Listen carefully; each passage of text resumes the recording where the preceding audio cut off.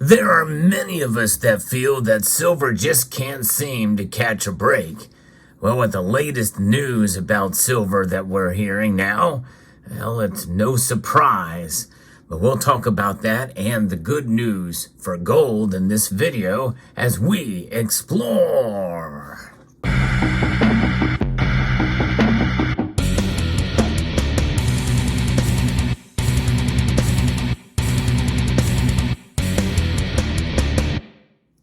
Immediately, right off the bat, we know what the bad and good news is. Silver's price is languishing for the most part. It's doing okay, but it could do a whole lot better. Many of us feel it's undervalued dramatically. Many people feel that that's bad news, especially if you're at a point in your life where you need to either liquidate or you're frustrated because you've not really seen much of a return on your investment. Of course, that's not how we should view silver. And that is part of the message I want to give to you in this video. Whereas gold has done very well. In fact, some people are profiting off of gold and its performance. But the latest news here comes to us from coinnews.net about sales. And I think this is a point in time where I think some people are getting a little bit frustrated with silver. At least according to this report, which is a doozy in terms of silver and its sales. Demand for Australian gold bullion reached a 5-month high in November, while sales for Australian silver bullion slowed to a 45-month low. That is dramatic. Wow. This is according to figures from the Perth Mint of Australia. Now, it's just one mint, but that's a pretty major mint. And of course, I'd love to see sales numbers from the Royal Mint and the Royal Canadian Mint.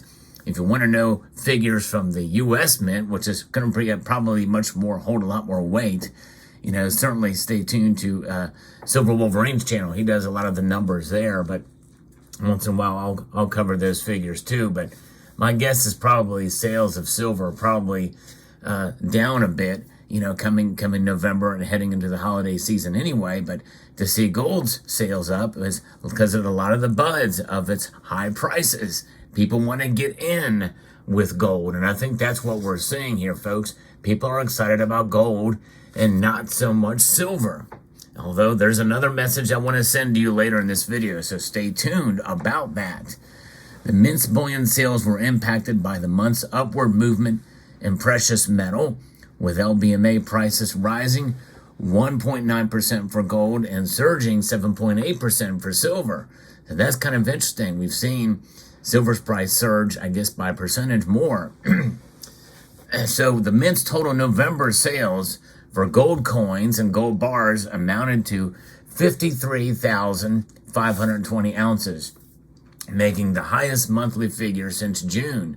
This indicates a substantial 26.5% increase compared to October, but it also signifies a significant 53.2% decrease from November of last year. So even that, gold is still down compared to last year. Now, in terms of what kind of products are looking for gold, and kangaroo minted gold bars through October continued in November. Added to this was the interest in the release of the annual Australian Lunar Series in 2024. So that is the Year of the Dragon, which is a very popular one. And a lot of people, I myself, contributed to those sales with the purchase of one of those coins. Year-to-date gold sales are at 629,592 ounces, which is 40.4% lower than the 1,056,335 ounces sold during this time last year. Still, it's pretty amazing to see that it's pulled back some, but I think a lot of that has to do with the price preventing people from buying as much there with gold. But they're still buying, and it is up, and that is good news for gold. Now, silver bullion sales in November 2023 tell us a different story. In November, the Mint reported sales of 672,623 ounces of fermented silver coins and bars, which is the lowest amount since February of 2020, when sales were 605,634 ounces. And this represents a decline of 37.4% from October and a 48.9% decrease from November of last year. The main interest in silver during November came from the new Australian lunar silver coins and their popularity here, and that is the dragon, and that is obviously the one of the biggest polls for silver. However, many people, including myself, are not a big fan of the dragon and the Perth Mint offering there. So Perth Mint has sold 14.2 million ounces of silver, marking a 34% decrease from the 21.5 million ounces sold in the same period of last year.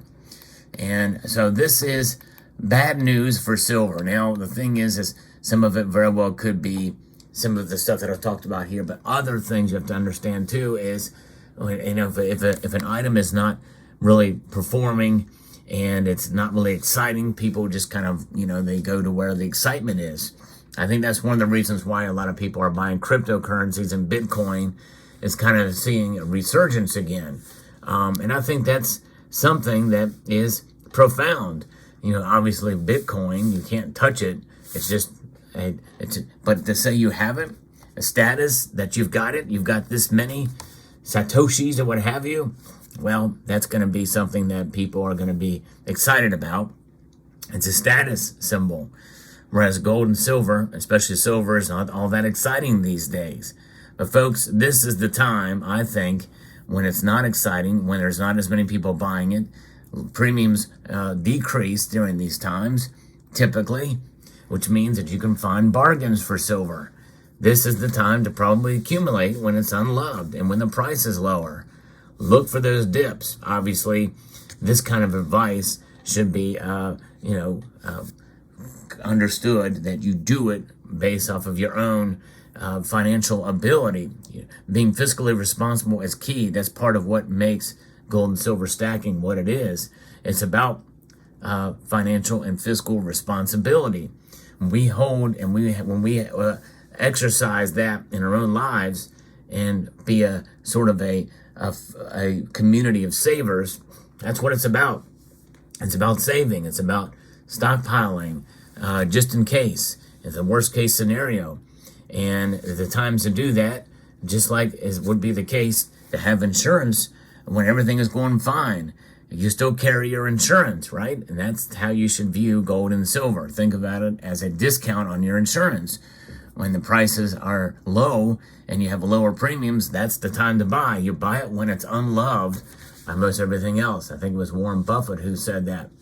And so whenever you find something that's unloved, that's when you love it the most. And so that's why I believe in buying during these times. Now, it also depends on your own personal situation too. You may have enough silver, and so therefore you feel like you're doing okay. And so in this time, the strategic move there is to not move at all. Hold on to your silver during these times if you don't feel the ability to accumulate more. And you protect yourself in that regard by either diversifying into some gold, which I know the price is at near all-time high, so make decisions accordingly whether you should buy or not. There's a risk because it could go higher, but we could have some pullbacks too at the beginning of the year. We just don't know. I still think overall gold is on a continual bull market, but we're going to have pullbacks, and those might be the times to buy gold. Otherwise, stockpile these. Yes, the ever-hated dollar. The Federal Reserve note that is declining at a rate of 3.1% year over year now. That's inflation, folks. But still, it's good to have some of these on hand as insurance so you don't have to spend these. You should only be spent and cashed out or sold in the case of a dire emergency or circumstance where you feel is best for you, for whatever circumstance or opportunity that could provide itself. We've seen others in this community do that, use gold and silver in that regard, and I think that's great. If you can find a way to profit from it and to utilize it to better your situation, well, that's what it's there for. But on the other hand, have these on hand to do that. So you don't have to use these in an emergency. Use it for strategy. I think that's the bottom line here. This is why we have precious metals as an insurance policy, as the ultimate savings vehicle. That's what it's about. And until then, we can enjoy the beauty of these metals that they provide us as for what they are. And obviously, with the Perth Mint and the sales that they have been witnessing here, gold has been more popular, but not from last year. So take that as well as a sign. We'll see how things play out. I think a lot of it has to do with people just can't afford and to buy as much as they have in the past because of inflation. But then the other side of the coin, the Bitcoin in this case, is why the heck is Bitcoin so high and far outperforming gold and silver? That's an enigma to me, and I don't understand. It's a mystery. I don't get it. If inflation is a big deal, why are people putting their money in a speculative asset? I don't know. Maybe some of you who have these cryptocurrencies can inform me. Would love to know. But there you have it. Let me know what your thoughts are about this video and about this latest report here. I want to extend a multitude of gratitude to each and every one of you for taking the time to watch. Make sure you check out these videos here at the end as well. And let me know what you think of those after you watch those. A multitude of gratitude to you all for taking the time to watch. I want to encourage you to please rate, share, comment, and subscribe.